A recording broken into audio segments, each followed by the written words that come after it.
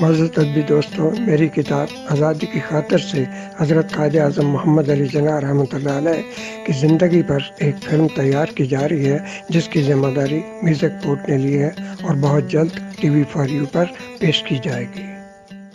دیتے ہیں لوگ آج اسے شاعری کا نام، پڑھتے تھے لوح دل سے کچھ آشفتگی سے ہم۔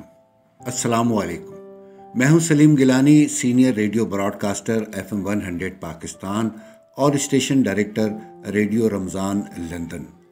IBS ریڈیو کے سامعین اور TV4U کے ناظرین کی خدمت میں پیار بھرا آداب۔ دیار غیر میں مقیم معروف لکھاری اور ریڈیو کی معتبر آواز بشیر شاد صاحب اور ان کی پوری ٹیم دل کی گہرائیوں سے مبارکباد کی مستحق ہے۔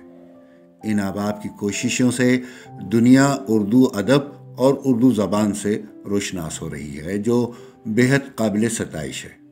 دعا ہے کہ IBS ریڈیو اور TV4U اسی طرح دن دگنی اور رات چگنی ترقی کرتے رہیں۔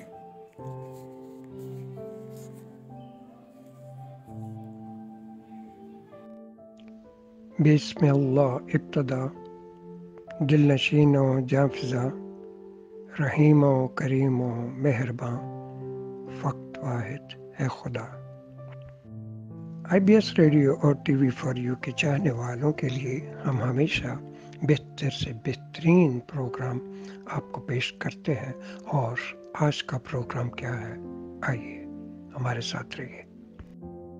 پیارے ادبی دوستو، بہت بہت مبارکباد دینے اسی پنجابی سنگت دے پروگرام بیٹھک 11 دی دے انچارج نعمان غنی نوں کہ جنہاں 2 دنوں دے وچ 1000 ویورز اپنے دوست 300 شامل کر کے تے اس پروگرام نوں ڈائمنڈ ہوم دے وچ لے کے گئے نے۔ بہت بہت ودائیاں، اور مینوں امید ہے کہ تسی اسی طرح سارے سارے پروگرام جنہیں بھی آن گے انہاں نوں بہترین طریقے دے نال ویکھتے رہو گے، اور اسی تانوں اچھے تو اچھے پروگرام دیندے رہاں گے۔ بہت بہت شکریہ جی۔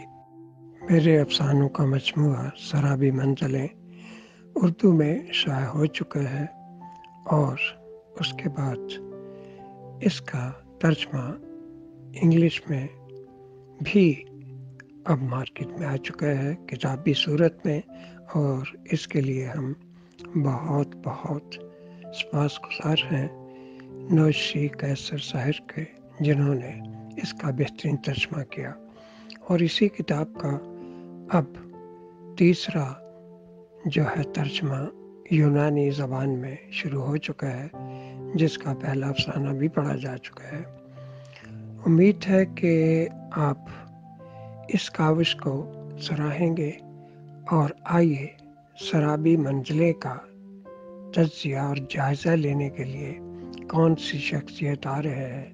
وہ ہے ادب شناس کے انچارج ڈاکٹر رئیس احمد صمدانی۔ بسم اللہ الرحمن الرحیم۔ سامعین محترم، السلام علیکم۔ ادبی گروپ ادب شناس اور TV4U کی جانب سے میں ہوں ڈاکٹر رئیس احمد صمدانی، کراچی، پاکستان سے۔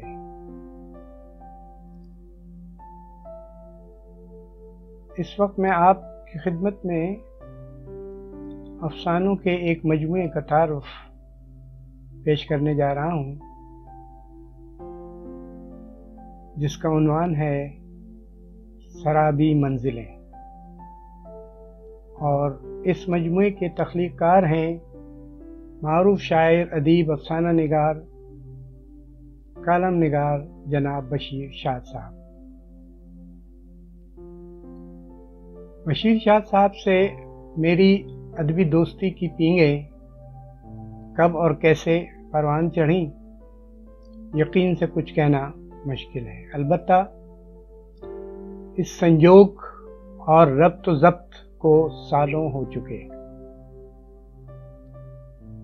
شاد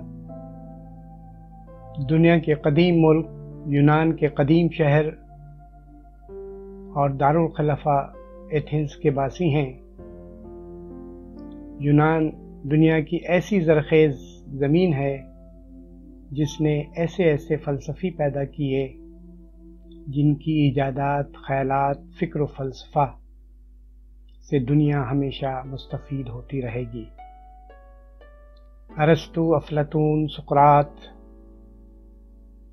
ریاضیات اور علوم طبیعیات کا ماہر ارشمیدس اور عظیم طبیب ہپوکریٹ سے کون واقف نہیں۔ شاد بھرپور جوانی میں اس سرزمین پر پہنچے۔ اس وقت وہ جامعہ پنجاب سے معاشیات میں ایم اے کی ڈگری سے آراستہ تھے۔ انہوں نے ایتھنز کو اپنا وطن ثانی بنا لیا اور وہیں کے ہو رہے۔ شاد کے علمی و ادبی جوہر ایتھنز کی سرزمین کے مرہون منت ہے۔ شاعر اور تخلیق کار کے تخیل کا تعلق ماحول سے وابستہ ہوتا ہے۔ انہیں وہ ماحول اور علمی و ادبی میسر آیا، ٹیلنٹ موجود تھا، اس نے اپنا کام دکھایا اور شاد ادب کی دنیا کے روشن ستارے بن کر جگمگا رہے ہیں۔ شاعری کے آغاز کے بارے میں شاد نے لکھا کہ شاعری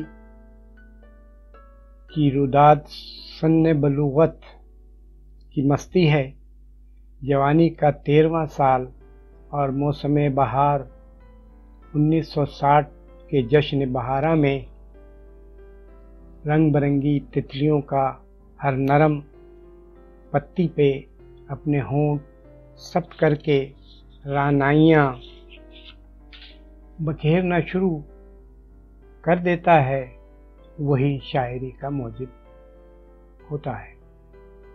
ہمارے محترم بشیر شاد نے شاعری کی جانب میلان کی وجہ حسن کو قرار دیا ہے۔ وہ خود بھی حسین صورت ہیں، اس لیے حسن ہی ان کی شاعری کی اساس بنا۔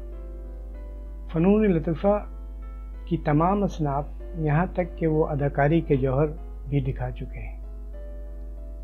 ہماری دوستی سوشل میڈیا کی مرہون منت ہے۔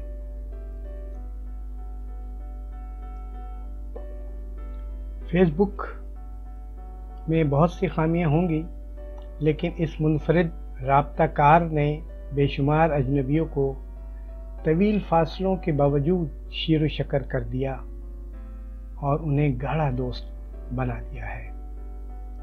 ہماری دوستی بھی ان میں سے ایک ہے۔ کہاں یونان اور کہاں پاکستان کا سابق دارالخلافہ کراچی، دونوں کے مابین 4,500 کلومیٹر ہوائی فاصلہ ہے۔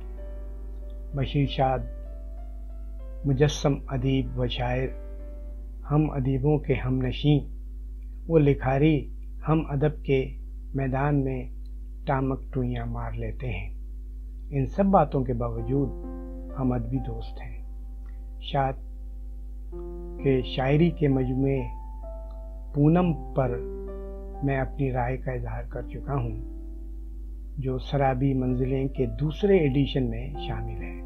یہی نہیں بلکہ پونم پر اظہاریے کی ویڈیو میری ہی آواز میں YouTube channel TV for you پر موجود ہے۔ سامعین گرامی، میری رائے ہے کہ ایک اچھا شاعر، ایک اچھا کہانی کار، ناول نگار، افسانہ نگار، منظر کار اور اچھا سفر نامہ نگار بھی ہوتا ہے۔ پیش نظر مجموعہ سرابی منزلیں کے خالق بشیر شاد کیونکہ ایک اچھے شاعر ہیں، چنانچہ وہ ایک اچھے افسانہ نگار اور ناول نگار بھی ہیں۔ ان کے افسانوں کا مجموعہ سرابی منزلیں اس بات کا منہ بولتا ثبوت ہے۔ یہ مجموعہ 6 ناولچوں اور افسانچوں پر مشتمل ہے۔ ہر افسانہ اپنے اندر انفرادیت، دلچسپی، بے ساختگی اور ایک سبق لیے ہوئے ہے۔ افسانوں کے کردار اپنی اپنی جگہ متعین کردار ادا کرتے دکھائی دیتے ہیں۔ مجموعے میں شامل ہر افسانہ مختلف موضوع لیے ہوئے ہے۔ کہانی اور کردار ماحول، حالات و واقعات کا حسین امتزاج ہے۔ کڑی سے کڑی، کہانی سے کہانی، واقعے سے دوسرا واقعہ ملتا چلا جاتا ہے۔ اسلوب سادہ، جملوں میں بے ساختگی، اپنی فکر، خیال اور مثبت پیغام کا مربوط اظہار کرتی ہے۔ وہ اپنی بات احسن طریقے سے قاری تک پہنچانے میں کامیاب نظر آتے ہیں۔ یہی کسی بھی افسانہ نگار کی اہم خوبی ہوتی ہے۔ ڈاکٹر انور سدید کے مطابق افسانہ بنیادی طور پر کہانی کہنے کا فن ہے۔ معاشرہ اور کہانی باہم مربوط ہیں، چاہے قدیم نام کہانی کہا جائے یا نئے نام افسانہ سے اسے پکارا جائے۔ بشیر شاد میں کہانی کہنے کی حساسیت اور صلاحیت بدرجہ اتم پائی جاتی ہے اور وہ ایک اچھے کہانی کار ہیں۔ یہی وجہ ہے کہ ان کے افسانہ نگاری کے بنیادی ماخذ پر پورا اترتے ہیں۔ سرابی منزلیں میں بشیر شاد نے اپنی کہانیوں کو ناولچہ اور افسانچہ کہا ہے۔ ناول مختصر ہو تو ناولچہ اور افسانہ مختصر ہو تو افسانچہ کہلایا جا رہا ہے۔ اسی طرح کہانی بھی مختصر ہو کر 100 لفظی کہانی کا روپ دھار چکی ہے۔ مختصر کہانی، مختصر افسانہ، مختصر ناول سے قاری کی دلچسپی برقرار ہے، بلکہ اس نے زیادہ مقبولیت حاصل کر لی ہے۔ شاید اس کی وجہ قاری کی دیگر مصروفیات اور دلچسپیاں ہیں۔ ان میں انٹرنیٹ کی جانب رجحان بھی ایک اہم وجہ ہے۔ آج کا قاری مختصر وقت میں مختصر بات سننے اور پڑھنے کی جانب مائل دکھائی دیتا ہے۔ جس طرح ایک ماہر طبیب بیمار کی نفس سے بیماری کا اندازہ لگا لیتا ہے، اسی طرح ایک لکھاری کی نظر اپنے قاری کی دلچسپی اور ضرورت پر ہوتی ہے۔ وہ اپنے قاری کی خواہش کو بھی پیش نظر رکھتا ہے۔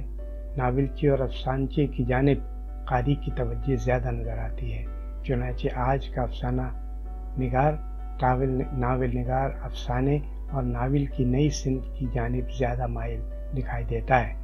سرابی منزلیں میں شامل افسانوں کا مختصر تعارف پیش خدمت ہے۔